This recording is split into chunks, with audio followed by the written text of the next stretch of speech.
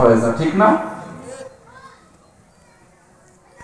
কিন্তু এই টুপি মাথায় যে দিলাম, এই সামান্য টুপির জন্য আমি তার শুকরিয়া জ্ঞাপন করলাম। সেই টুপিটার শুকরিয়া জ্ঞাপন করার কারণে সেই ব্যক্তিটা বড় খুশি হয়ে গেল।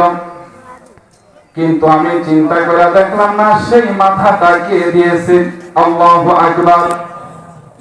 সেই মহান রব্বুল আলামিন তো আমাদের মাথাটা কি বানিয়ে দিয়েছেন। সেই মহান রব্বুল আলামিন তো আমার হাতটাকেও বানিয়ে দিয়েছেন। সেই মহান রব্বুল আলামিন তো আমার দুইটা দামি চক্ষু দান করেছেন।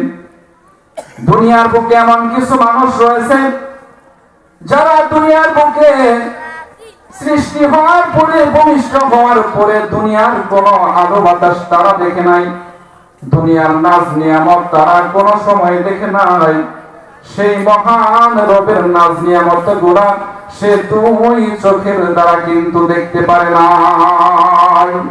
এমন কিছু অন্ধ মানুষ আছে কিনা বলেন?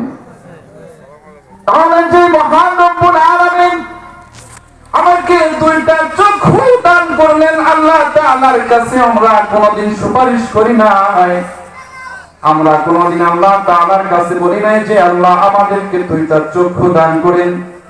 কিন্তু মহান রব্বুল আলামিন দয়ার সাগর